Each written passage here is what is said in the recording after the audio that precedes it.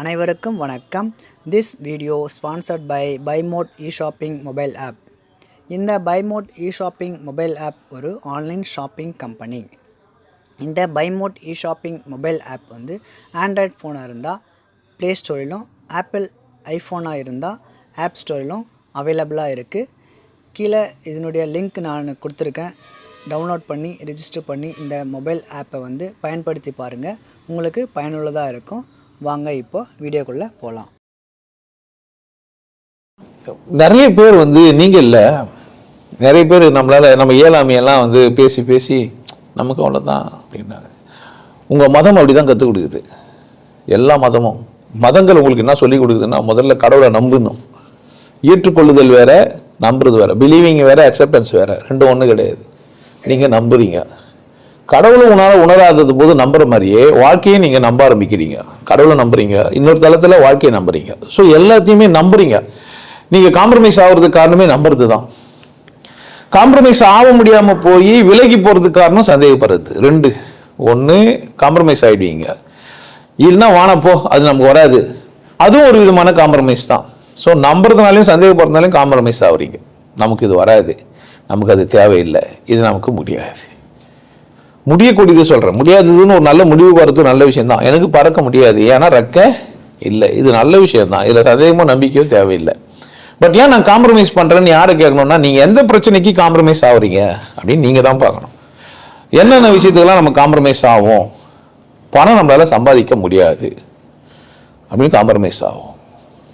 பணம் நம்ம சம்பாதிக்க முடியாது. ஏன்னா பணம் சம்பாதிக்கிறது அப்படின்னு நீங்கள் போன உடனே உங்களுக்கு ஒரு 4 பணக்காரனை காமிச்சு அவர் பாரு எப்படி பணக்காரனாரான்னு உடனே அவருக்கும் உங்களுக்கும் இருக்கிற ஏற்றத்தாழ்வை வச்சு நீங்கள் என்ன பண்ணுறீங்கன்னா, நம்மளால பணம் சம்பாதிக்க முடியாது முடிவுக்கு வருவீங்க. உதாரணத்துக்கு என்ன பார்க்குறீங்க, நான் வசதியாகத்தெல்லாம் பார்க்குறீங்க. நீங்கள் என்ன பண்ணுவீங்கன்னா காம்ப்ரமைஸ் ஆகிடுவீங்க. அவர் பேசுகிற பேச்சுக்கும் அவர் பண்ணுறதுக்கும், அவர் நிறைய பேச கற்றுக்கிறதுனாலே அவர் நிறைய சம்பாதிப்பார். நம்மளால இது இல்லை உங்கள் சம்பாதிக்கிறதுக்கான தொழில். முதல்ல அதை புரிஞ்சுக்கணும். காம்ப்ரமைஸ் ஆகிறதுக்கு காரணம் என்ன அப்படின்னு கேட்டால், எது எனக்கு வரும், எதை நான் செய்யணும்னு மட்டும்தான் நான் யோசிக்கணும். என்ன செய்யலைன்னா, என்ன யோசிக்கல, எதிராளி யோசித்தேன். அம்பானியை யோசித்தேன், பிர்லாவை யோசித்தேன், பணக்காரங்களான இன்னும் பிற ஆளுங்களெல்லாம் நான் என்ன பண்ணேன் யோசிச்சேனே தவிர, நான் யார், எனக்கு என்ன தகுதி, நான் என்ன செஞ்சு வசதியாகலாம் அப்படி யோசிச்சிருந்தேன்னா காம்ப்ரமைஸ் ஆகிருக்க மாட்டேன். நான் எங்கே காம்ப்ரமைஸ் ஆகிட்டேன்னா, அவர் மாதிரி ஆகலான்னு பார்த்தேன். அவருக்கு எனக்கும் சம்மந்தமே இல்லை. அவருக்கு வாழ்க்கை சூழலாம் வேறு மாதிரி இருந்தது. அதனால் என்னால் ஆக முடியாதுன்னு ஒரு முடிவுக்கு வந்துட்டேன். புரியுதா நான் சொல்கிறேன்னு? அப்போ காம்ப்ரமைஸ் ஆகிறதுக்கு காரணம் இன்னொருத்தர் பார்க்கறது தான். யாரோ ஒரு மனுஷன் 100க்கு 100 மார்க் வாங்குறாங்க ஸ்கூலில் போனீங்கன்னா, நீங்கள் அது மாதிரி முயற்சி செய்றீங்க, உங்களால் ஆகும் இல்லை. ஆமாம், அவனை பார்த்தா ஒரு நாள் படிக்கிறான், மறுநாள் மனப்பாடம் ஆகிடுது, ஈஸியாக பேசுகிறான்.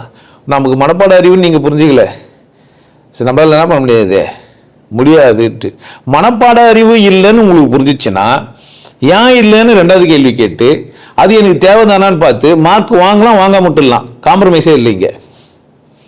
எனக்கு படிக்கிறதுன்றது என்னடான்னா, ஒரு விஷயத்தை பார்த்துட்டு மனப்பாடம் பண்ணி பரீட்சை எழுதி பாஸ் பண்ணுறது, அவ்வளோதான். படிச்சுட்டு வந்தவங்களாம் அப்படியே அதே அறிவோடுக்கிறானா என்ன? இப்போ போய் கேட்டால் சொல்லுவானா என்ன? உங்களை எத்தனை பேருக்கு காங்காச்சா ஃபுல்லாக தெரியும்? அவர் சின்ன குழந்தை, அதுக்கு இப்போ தான் வருது, அதனால தெரியும். பெரிய மனுஷனாகிட்ட தெரியாது. காங்காச்சா நிறைய பேருக்கு. நீங்கள் காங்காச்சாலாம் படிச்சிங்க தானே? எங்கே காங்காச்சா சொல்ல முடியல? 18 லட்டம் சொல்கிறீங்களா பாருங்களேன். என்ன ஏன் முடியாது? அக்கறை இல்லை, அது மேலே என்ன இல்லை உங்களுக்கு? அப்போ படிக்கிறதுனால ஒரு மனுஷன் பிரில்லியன்ட் ஆகிட்டான் புரிஞ்சிச்சுலாம் சொல்ல முடியாது. அப்போ காம்ப்ரமைஸ் ஆகிறதுக்கு காரணம் என்ன நடக்குது அப்படின்னு எனக்கு புரிஞ்சுக்கல. பணமோ அல்லது பொருளாதார விடுதலை, மற்ற ஏரியாவிலையோ, கல்யாண வாழ்க்கையிலையோ, இல்லை ஆன்மீகத்திலையோ, இல்லை ஏதோ ஒரு விஷயத்தில், ஏதோ தொழிலையோ. நிறைய பேர் பார்த்தீங்கன்னா இன்ஜினியரிங் வச்சுக்கிறாங்க, அதுவும் கம்ப்யூட்டர் சயின்ஸே வச்சுக்கிறாங்க. நிறைய பேர் கோடிங்க்கோ இல்லை ஐடி பிஸ்னஸ்க்கோ போகவே இல்லை. 15,000 ரூபாய் சம்பளத்துக்கு சித்தால் வேலைக்கு போகிறவங்களாம் பார்த்துக்கிறேன். Engineering best. இன்ஜினியரிங் தான் ஒன்றும் பெரிய படிப்புன்றதுக்கு இல்லை, இருக்க முடியாதல்ல. அதான் தீவிரத்தன்மை.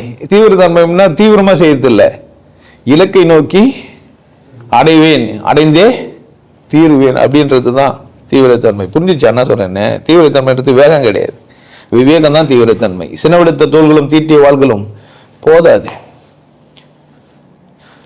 வீரம் துணைக்கு வராது, விவேகம் துணைக்கு வராவிட்டால். வீரம் உனக்கு போதாது, விவேகம் துணைக்கு வரலன்னா வீரம் போதாது. கத்தி சொல்றதில்ல விஷயம், உன் மேலே படாமல் இருக்கணும் ஃபர்ஸ்ட்டு. அவன் மேலேயும் எங்கே பண்ணணுமோ அங்கே தான் பண்ணணும். ஒரு கோடு நான் கையில் போடுவேன்னா கையில் தான் போடணும், கழுத்தில் போடக்கூடாது. சாகடி ஈஸி, 2 கோடு மட்டும் போட்டு அனுப்புறது கஷ்டம். கண்ணை முடின்னு குத்திடலாம். என்ன பண்ணலாம்? கண்ணை முடியுன்னு குத்திடலாம். மாரில் ஒரு கோடு போட்டு அனுப்பணும். லேசா புரிஞ்சிச்சா? ஆப்பிளில் சுடணும் தலைமையிலன்னா நெத்தி சுடுறதுக்கு பெரிய விஷயம் இல்லை, எங்கன்னா சுடுறது பெரிய விஷயமா? ஆப்பிளில் சுடுறது தான். புரியுதா என்ன சார்ன்ட்டு? இந்த காம்ப்ரமைஸுக்கு காரணம் என்னால் என்ன பண்ண முடியல, அந்த ஆளை கூட போட்டிக்கு போக முடியல. போட்டிக்கு போனாக்கா காம்ப்ரமைஸ் தான் ஆகணும். புரியுதா? போட்டி போட கூடாது. போட்டியற்ற ஒரு மனித மனம் கட்டாயமாக இலக்கை அடையும். எனக்கு இலக்கு இதுன்னு புரிஞ்சிச்சேன். நான் யாரை கூட போட்டி இல்லைனா நான் போயின்னு அவள் தானே. போட்டி நம்ம தான் தோத்துடுறேன். நான் ஒரு வேகத்தில் போயின்னுக்கிறேன். என்கிட்ட டிவிஎஸ் 50 சாப்டர் இருக்குது. அது ஒரு 40 50 கிலோமீட்டர் தான் அதிகபட்சமாக ஓடும். நான் ஓட்டின்னு போகிறேன், ஒரு ஊருக்கு போய் சேரணும். நான் பண்ண ஓடி போனால் ஓட்டி போய் சேர்ந்துருவேன். திடீர்னு யாரோ ஒருத்தர் வந்து எம்மாவிலையோ இல்லை எஸ்டிலையோ புல்லட்லையோ வேகமாக போனோன்னு முறுக்குனேன். ஆமாம், ஆக்சிடென்ட் ஒயராக இருந்துச்சு. அவன் காம்ப்ரமைஸ் பண்ணிடலாம், நம்மளால போக முடியாதுன்ட்டு. நான் வச்சுக்கிறது டிவிஎஸ் 50, இதில் 50 கிலோமீட்டர் வேகம் தான் போக முடியும். நான் இதில் என்ன பண்ணோம், ஏதோ ஒரு ஊருக்கு போய் சேரணும் அப்படின்னா என்ன பண்ணுவோம், அழகாக ரிலாக்ஸாக 50 கிலோமீட்டர் பாட்டு பாடினு என்ஜாய் பண்ணின்னு நான் அழகாக ஓட்டின்னு போகலாம். ஏன் உனோ ஒருத்தன் போனவொன்னே என்ன நீங்கள் அந்த வேகத்துக்கு முருகன் என்ன ஆச்சு உங்கள் வண்டி? என்ஜின்லாம் சீஸ் ஆகிடும் அதே வேகத்தில் ஓட்டினீங்கன்னா. ஏன் உங்கள் வண்டியோட கெப்பாசிட்டின்னா அவ்வளோதான். அவன் 100 போனான்னு நீ ஏன் அது மாதிரி வேகமாக அமுக்குனு கேட்டேன். ரெண்டாவது அவன் போய் இல்லை சார் டீ கடையில் உட்காந்து பண்ணி போயின்னு இருந்துருக்கலாம். இந்த ஆமை முயல் கதையெல்லாம் அதுக்கு தான். ஆமை முயல் கதை எப்படி புரிஞ்சுனீங்களோ தெரில எனக்கு. ஸோ போட்டி வச்சிங்கன்னா காம்ப்ரமைஸில் தான் போய் நிற்பீங்க. போட்டி இல்லாத இலக்கு இருந்தால் காம்ப்ரமைஸே ஆக மாட்டீங்க. அடைந்தே தீருவேன் அப்படின்னா நீங்கள் காம்ப்ரமைஸ் ஆக வேண்டிய அவசியம் இல்லவே இல்லை.